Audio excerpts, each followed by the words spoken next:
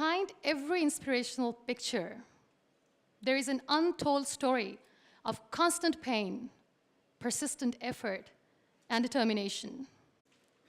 There are some people in the world who fight an unseen battle within themselves 24/7 with a big smile on their face. They never cry, they never crip, they never whine.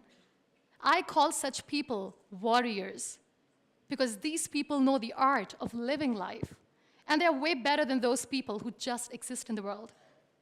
6.5 years back, I met a car accident. I was traveling from Balochistan to my hometown, Rahimia Khan. The driver slept, and the car fell in the ditch. As a result of that incident, I sustained multiple injuries. The list is a bit long, don't get scared. Radius ulna of right arm were fractured. Shoulder bone and collarbone were fractured. Lungs and liver were badly injured. The whole rib cage was fractured.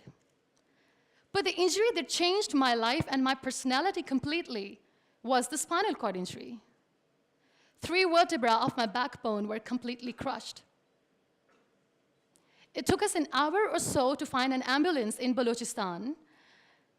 All the effort went in vain because we couldn't find an ambulance. So I was thrown in the back of a Potohar Jeep, and I was rushed to the nearby hospital. In that Jeep, I realized that half of the body was fractured and half was paralyzed.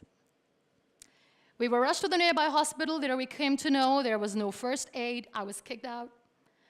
Then I went to another hospital in my hometown where doctors said, "Take her away, we cannot operate her." And I was like, "Why?" And they were like, "We don't have equipment, you will die someday, you go." I was kicked out again. But I finally ended up in a comparatively better hospital in Karachi. Luckily, I wasn't kicked out. Probably that's why I'm alive. So I stayed in that hospital for 2.5 months. I underwent 3 major, 2 minor surgeries. The doctors have put a lot of metal in my arm, a lot of metal in my backbone.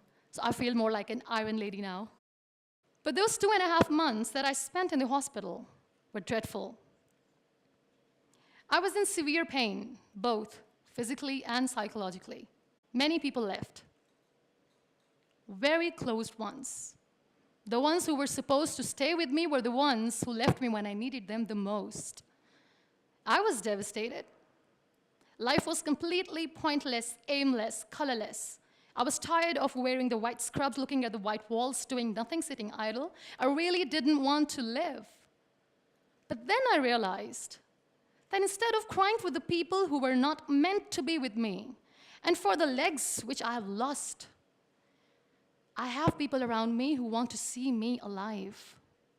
I have so much to be grateful for. So let's stop cribbing, stop whining, because it's pointless. The best decision that I took in my entire life was the painting that I made in the hospital with a deformed hand. That's how I added colors in my colorless life. That's how this adversity helped me in exploring an artist in me. That's how this art kept me alive through this whole journey. Then I was moved to Islamabad. I stayed in my room on the bed, confined for 2 years, because I developed multiple pressure ulcers and a variety of infections and allergies. Now this whole traumatic journey of 2 years and 2.5 months being bedridden, doing nothing, the only thing that kept me alive was art. What a beautiful medium art is, that without uttering a single word, you express yourself. What a beautiful escape it was. But the day I sat on the wheelchair for the first time, I was a completely different person. I still remember that I looked at myself in the mirror and I said, "You cannot wait for a miracle to come and make you walk. You cannot wait for the stem cell treatment because it's very expensive. You cannot wait and sit in the corner of the room crying and begging for mercy because people don't have time." So the only thing that I could do was to accept myself the way I was. The sooner, the better. That's what I did. I really wanted to make myself financially strong. Let's become professional. I started to find some jobs. A very good friend of mine, Fine Day, updated a status on Facebook saying, "We want content writers." And like a cribber, I commented, "I wish I could." I was called for that interview, and I was hired as one of the content writers for Pakistan's first official websites, heartofasia.pk. Salman Taseer late was the CEO. That's how I started my professional career. So I was becoming financially strong, stable, content writing was good. I was constantly exhibiting my work in different galleries. I was flourishing as an artist. Life was easy, but I wasn't happy. I was not contented because I was constantly aiming high. I was thinking big. I didn't know how I'm going to do, but I knew that I wanted to do something big for people, for the country. One day, I came across this polio campaign advertisement in which this little boy from a very underprivileged family is sitting on a wheelchair, and with his father sitting with him, crying and saying to the world in that campaign that give polio drops to your kids, otherwise they'll become like him. That advertisement shook me from inside. I feel devastated. The way that boy was objectified as an emblem of grief, misery, mercy, lifelessness, nothingness. Such a wrong picture which was being portrayed in media about the persons with disabilities. That's what we are called. That was the day when I decided that I have to change the perception of the people about being on wheelchair. Because being on wheelchair, you can still face the world with a big smile on your face, and you can tell the world that you're happy the way you are. No one has right to objectify us as an emblem of misery or mercy.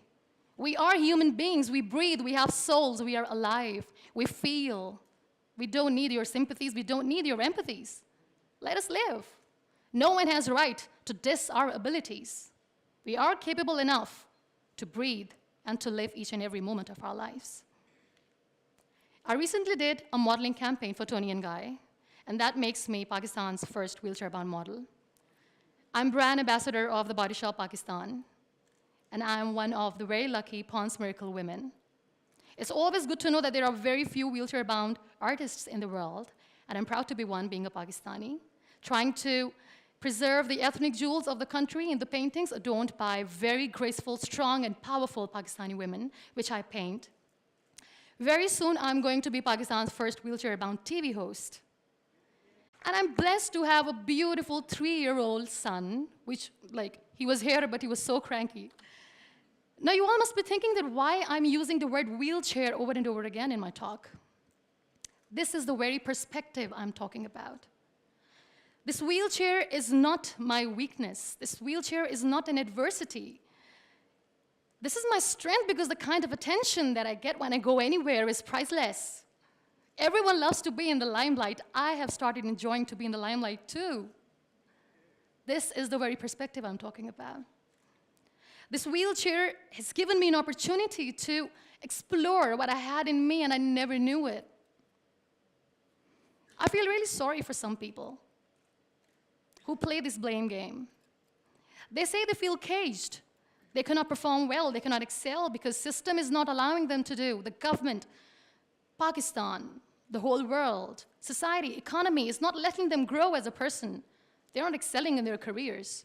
They say they're caged. I feel sorry. I can undoubtedly say that I'm caged because when I get up in the morning, I'm unable to sit on my own. I'm unable to shift from the bed to the wheelchair, from the wheelchair to the car, from the car to the wheelchair. I need an assistant 24/7 to do little things in life. Let's make it more simple.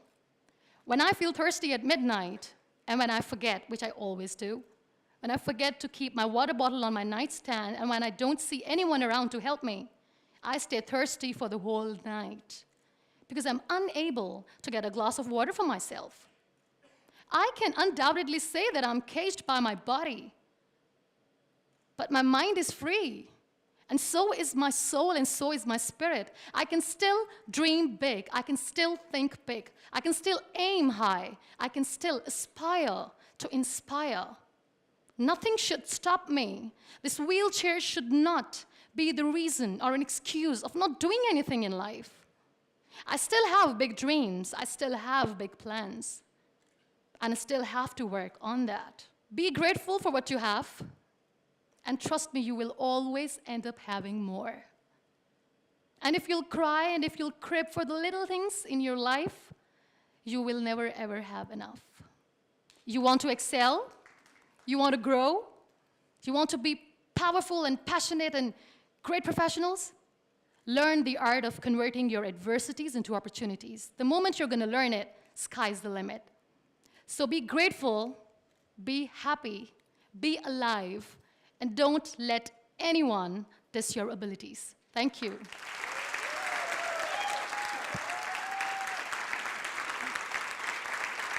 Thank you so much.